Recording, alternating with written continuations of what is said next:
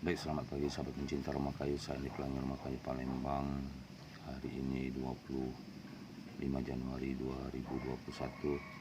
Baru selesai mendesain rumah panggung berukuran 6 x 6 meter dengan satu kamar tidur.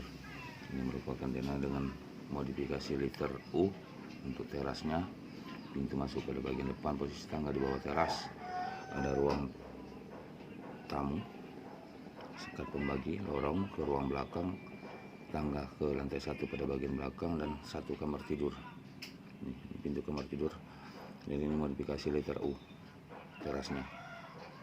Ini tarik dari sini ke sudut sini 6 meter, dari sudut belakang ke bagian depan 6 meter. Ini merupakan bagian depan dari rumah, ini bagian belakang.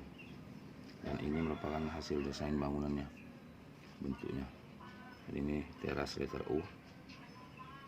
Ke samping ditarik ada jendela, kamar tidur pada bagian belakang ada jendela, kanopi samping kanan ke induk, modifikasi pintu pada bagian depan dimodifikasi gandeng dengan jendela kiri dan kanan dengan pagar teras berukiran.